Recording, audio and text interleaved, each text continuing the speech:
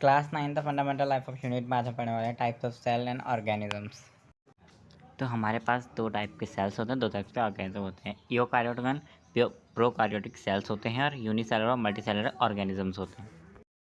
Types of sales, पहले sales के बारे में पढ़ते हैं। सेल्स की डिफरेंट शेप्स होती हैं, वो डिफरेंट तरह के दिखते हैं। यहाँ पे फोटो दे रखी है, एनसीईआरटी में भी है। तो बेसिकली जो था लार्जेस्ट सेल है वो है ऑस्ट्रिच एग। ऑस्ट्रिच एग जो है वो लार्जेस्ट सेल माना जाता है, जिसकी 15 सेंटीमीटर लॉन्ग है, 13 सेंटीमीटर ब्राइड है और उसके वेट जो है 1.4 kg है, ठीक है। और जो लॉन्गेस्ट, वो लार्जेस्ट था, जो लॉन्गेस्ट सेल है वो है नर्व सेल, जो कि है 1 मीटर का, ठीक है। और जो सबसे स्मॉलेस्ट सेल है वो है पीपीएलओ का मतलब है प्लोरोनिमोनिया लाइक ऑर्गेनिज्म। इसका एग्जांपल क्या है? माइक्रोप्लास्ट, ठीक है। चलिए बात करते हैं प्रोकार्योटिक सेल के बारे में, मतलब पुराने ज़माने के सेल्स के बारे में। प्रोकार्योटिक मतलब पुराने ज़माने के सेल्स। जो हमारे प्रोकार्योटिक सेल्स होते थे, पुराने ज़माने के सेल्स, वो क्या होते थे? वो साइज में बहुत छोटे होते थे, 1 to 10 नैनोमीटर समझ लेना, ठीक है, इतने होते थे। और जो हमारे न्यूक्लियस रीजन होता था, सेल्स के अंदर जो न्यूक्लियस होता था, वो न्यूक्लियस होता ही नहीं था, वो न्यूक्लॉइड होता था, पुराने ज़माने का न्यूक्लियस होता था, ठीक है। और वो हमेशा क्या होते थे? जो हमारे पुराने सेल्स थे वो हमेशा ही यूनिसेलुलर होते थे। उनके अंदर सिर्फ सिंगल क्रोमोसोम प्रेजेंट होता था, मतलब कि एक सेल ऑर्गन है जो सिंगल प्रेजेंट होता है। हम आगे पढ़ेंगे इसके बारे में।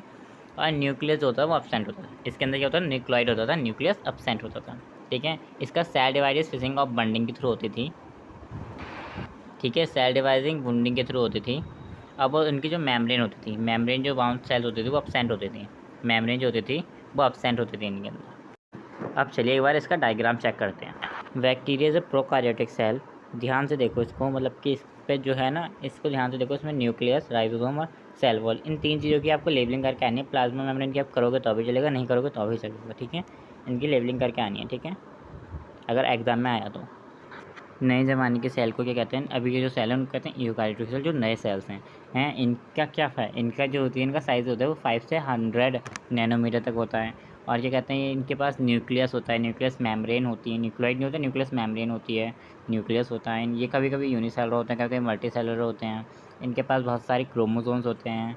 और क्या कहते हैं? ये जो अपना डिवीज़न करते हैं, किससे करते हैं? माइटोसिस और मियोसिस प्रोसेस के द्वारा सेल डिवीज़न करते हैं।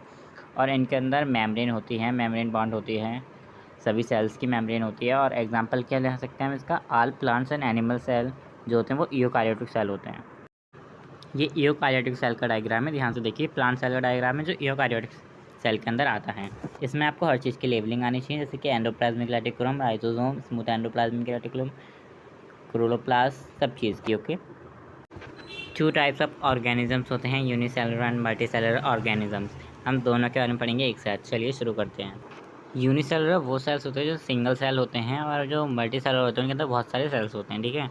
तो सेल नंबर क्या होता है? यूनिसेलुलर में सिंगल सेल होते हैं और मल्टीसेलुलर में लार्ज नंबर्स ऑफ सेल होते हैं, ठीक है। इनका फंक्शन क्या होता है? तो देखो, यूनिसेलुलर में एक ही सेल सारे फंक्शन परफॉर्म करता है, पर मल्टीसेलुलर में क्या होता है? Different cell different function perform करते हैं, ठीक है। अब आया था डिवीजन के बारे में।